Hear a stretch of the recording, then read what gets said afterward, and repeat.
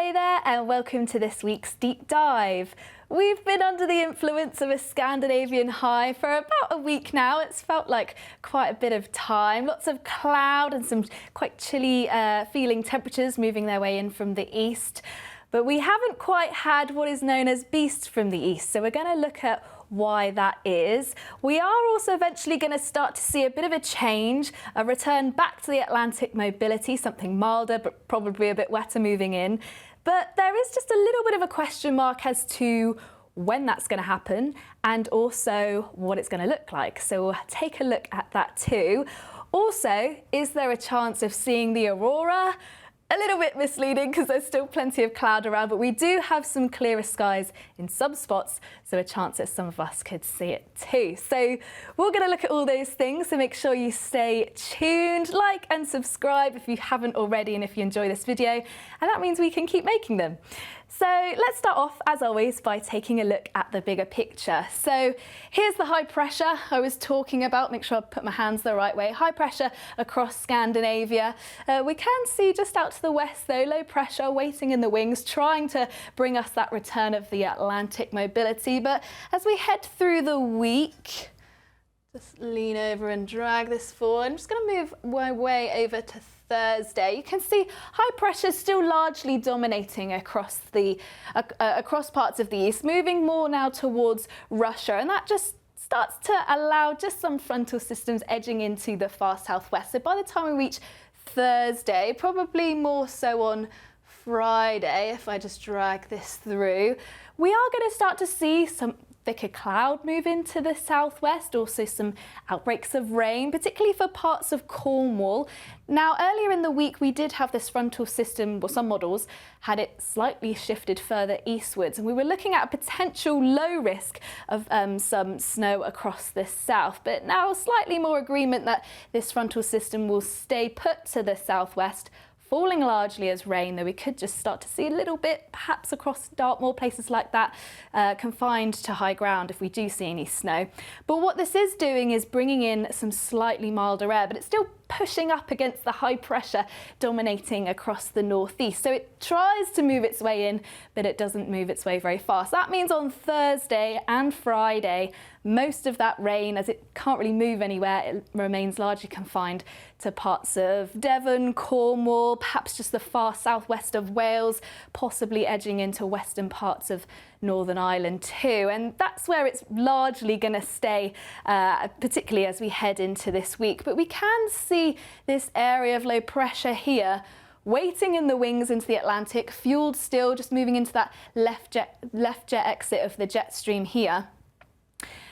And so what this is trying to do is move its way in, but still once again budging into that area of high pressure. And it does mean that we end up, as we head, just press the right one, as we head towards the weekend, that we end up with a little bit of a split, with that slightly milder air trying to move its way in from the southwest, but we've still got that rather chilly feel across the northeast and eastern areas. So here, conditions not changing too much, still probably plenty of cloud around, could see some showers move through at times, perhaps a bit of drizzle.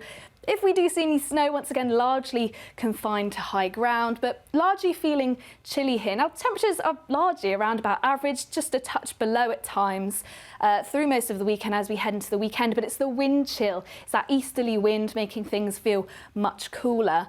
But as start to see a change to something slightly milder, we can see that milder air mass starting to move in. Now, there's just a little bit of a question mark as to when will that milder air from the southwest eventually move its way across most of the country? We see a return from the west, we see a return of that mild, wet and sometimes windy weather.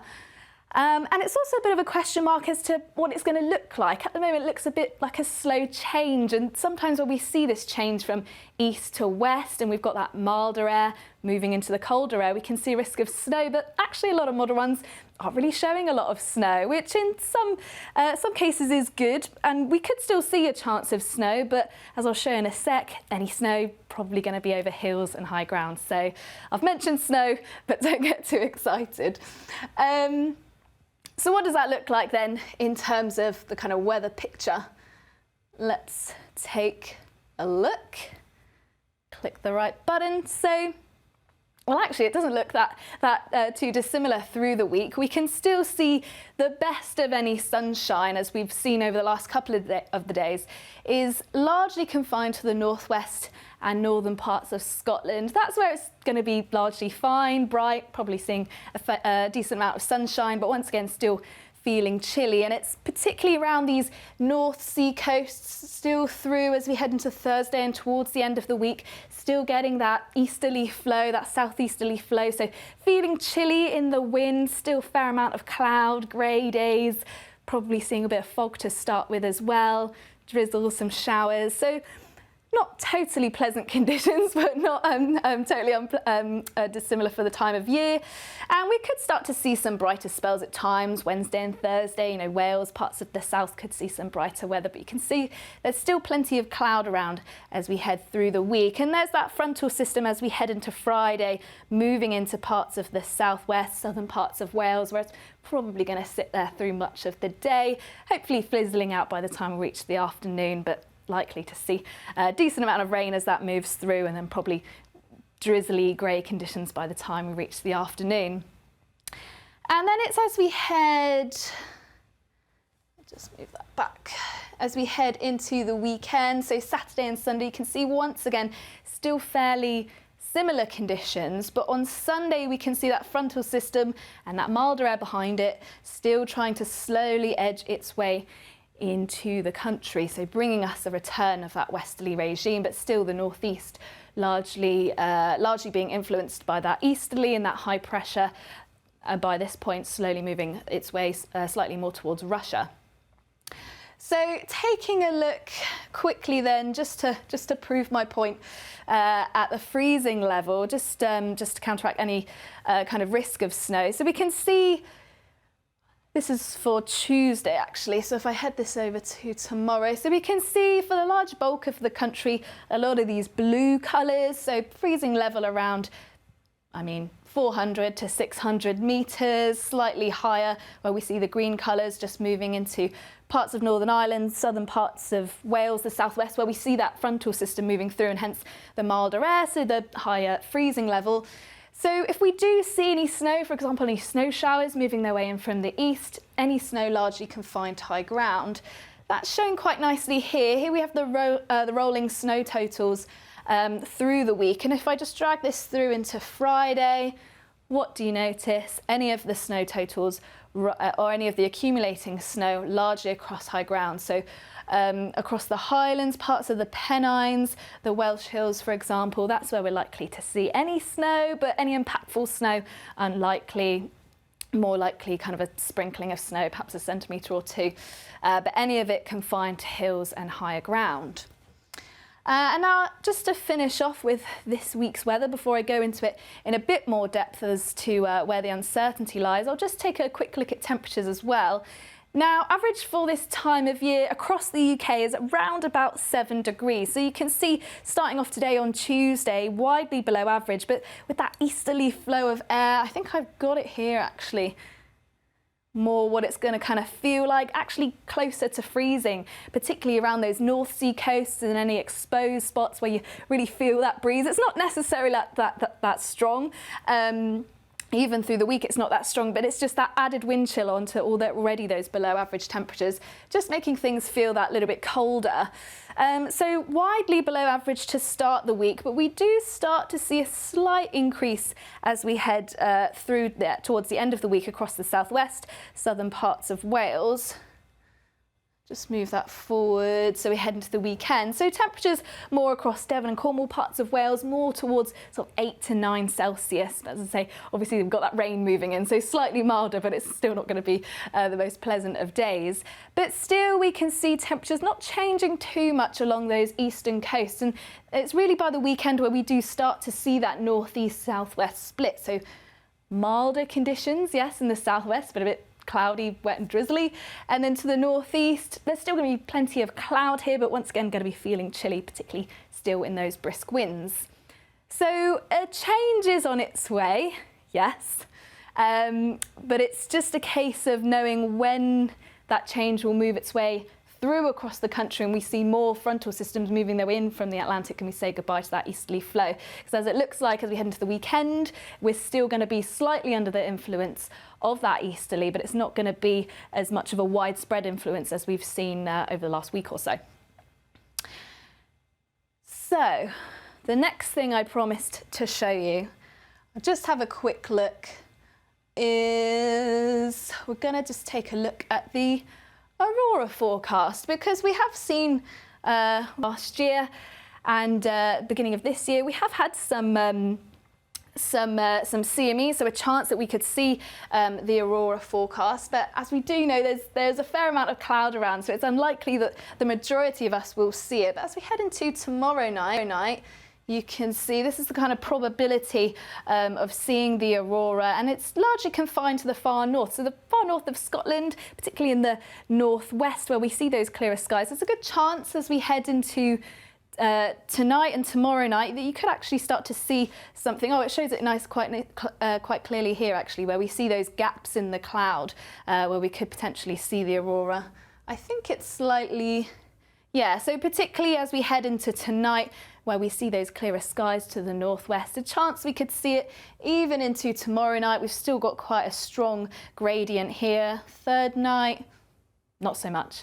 So tonight and as we head into tomorrow, if you're in the northwest of Scotland, make sure you keep an eye out under those clearer skies. There's a good chance you could see some very pretty lights in the sky. So as I've already mentioned, there is a little bit of uncertainty in the forecast as we move our way from the easterly to the southwesterly. So I just wanted to delve into that into a little bit more detail so you can kind of understand a little bit why sometimes us as forecasters we can struggle a little bit. We try to tell you when we're a little bit uncertain about the forecast. I'm going to kind of show you why it's important to look at a range of models rather than just one, and a range of model runs rather than just one, as sometimes they can show something completely different, or if we look at one model compared to a few model runs, we can see some quite different scenarios and some quite different pictures. So that's why it's important not to just look at the one, which I'm sure you already know if you are avid watchers of our YouTube channel. So I'm going to start off taking a look at this. So this is all the model runs, the oldest ones closer to the bottom. This is the next 2-week period, so moving further in time. And what we can see is these red colours largely dominating the beginning of the period. So these red colours indicate high pressure, sort of around the UK or dominating the UK's weather. And then we have the blue colours, and that's weather patterns associated with low pressure, so more likely frontal systems moving in from the west, bringing us that milder but wet and windier weather. And what we can see is as we head towards sort of early to middle part next week, we start to see a change from the red colours to the blue colours. So a change from high pressure to low pressure. And this is also shown, so this is kind of showing early next week. We can also show this by taking a look at the zonal trend, so whether our weather patterns are coming from an easterly or westerly direction. So the red colours, you may have guessed, are showing the easterly direction, and then the blue colours showing a more westerly pattern, and kind of any colours in between kind of not really showing much of a zonal basis. So once again, we've started off with the easterly regime as a result of the Scandinavian high, and then it's once again sort of early to middle part of next week where we start to see a bit of a change towards a more westerly type. But these sort of percentages here don't really start to increase until we get towards the end of the period, so in 2 weeks' time, and even here sort of looking at 68%, 66% of a more westerly type. So there are indications there already that we're changing from high pressure to low pressure dominating our weather patterns, and also a change, or a good indication of a change, that we're going to be moving away from an easterly pattern and moving more towards a westerly pattern. Now here, this is something that we often look at here at the Met Office. This is a raw model output, so no modifications from our chief meteorologists have been made, and this is just one model. This is actually our Met Office global model, and it's just one model run. And what we can see is its keenness to move in that frontal system from the southwest that I've spoken about, and thus that milder air moving through. So it's by the time we start to reach on Friday, so that's largely the story we're going for, or that's the story that all the models are agreeing that's going to happen. We'll start to see this frontal system move through. But the difference between this model run, as you can see, by the time we start to reach kind of Sunday or midday on Sunday, that frontal system is actually crossing eastern parts of the country, also bringing in a little bit of snow, shown by the pinker colours across parts of Scotland. Now, this is just one model, as I say, the global model, and all the other models actually have that frontal system nowhere near the eastern part of the country by the time we reach the weekend. So that's the global model, still once again on the far left, or my far right. And in the middle here, we've got the European model. And you can see once again, it's kept that frontal system right far out to the west, so that milder air out to the west. And we've still got that easterly component, those chillier conditions to eastern parts of the country. So already here, we can see some model differences. So which one do we go for? Well, it's not just the European model, it's other models that we use here at the Met Office which tell a fairly similar story. They keep that weather front out to the southwest, also that milder air, and keep those colder conditions to the eastern part of the country. So what our chief meteorologists here do at the Met Office, they create something called the modified output. So this is a kind of in-between version, if you like, of the global model and the EC, and also what other models are saying. So once again, keeping that frontal system, once again, kind of slightly further east compared to what the raw European model is outputting. But it still shows this kind of southwest-northeast split excuse me, between the kind of colder air across the around North Sea coasts and also across the southwest. So it's kind of an indication, once again, where we see that uncertainty. Obviously, a very low chance that the global model, as it is a bit of an outlier compared to other models, could be right.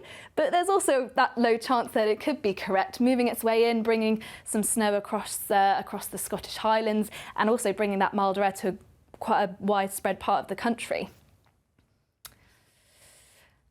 So we look at a few other things as well. So for example, our global model, we take a look at, this is air temperature at 850 hectopascal, so kind of your air mass temperatures. And this just slightly darker blue colour here, this is the controls, the kind of the most likely starter conditions, if you will. And then we run that model a few times, and this is where we get all these different lines and all these different colours. And it shows us the spread in the outcomes that we could potentially see. Now this is a kind of temperature spread, air mass temperature spread for Plymouth, so kind of the southwestern region, and we can see here this is 0 degrees. So we can see a gradual increase in temperatures as we head towards the 19th of February, so as we head into next week. So a gradual rise in temperatures. There are going to be some dips at times, that's relatively normal, but on the whole the trend, even with all the other model runs that we've put through, a gradual trend towards something slightly milder. However, if we take a look at the same thing but for Aberdeen, so if you notice, this is now where 0 degrees is. So a lot of the model runs are actually below 0, so colder than average temperatures, still with that dark blue line showing a large, showing the kind of main trend. So largely staying below 0, and a slight kind of increase to something slightly milder, another dip, and then eventually something milder moving through again. So it's largely showing a slower transition to something milder, or perhaps something a bit more towards average for the time of year. So that's another indication, as this is for Aberdeen, that the eastern parts of the country are going to hold on to that slightly colder air mass, and they disagree with our Met Office global model, which implies that by the weekend we're going to see something milder across the country. Now, another reason why we tend to get a little bit of uncertainty in our forecasts, particularly in this forecast over the next week or so, is that, so for example here, if I explain this through, this is the probability of seeing temperatures 2 degrees less below average, so average for the time of year, so 2 degrees below this. And so the darker the colours, basically, the higher the probability.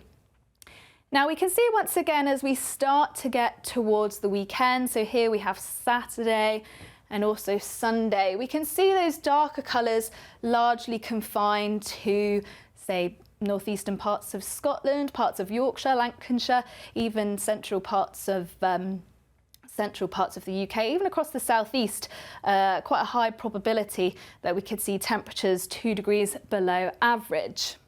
And then across parts of the south, we don't really see, apart from earlier in the week, we start to see those kind of colours lightening up as we head through the period. And then from next week onwards, we see a bit more of a blend of those colours, which as usual, as with longer lead times, there's a bit more uncertainty. So that was temperatures below average. And then we can take a look at temperatures just above average. So these are the probability of seeing temperatures 2 degrees above average for the time of year. So for the beginning of the week, across much of the country, round about average. And then it's as we head towards the weekend, once again, that we start to see these slightly darker colours.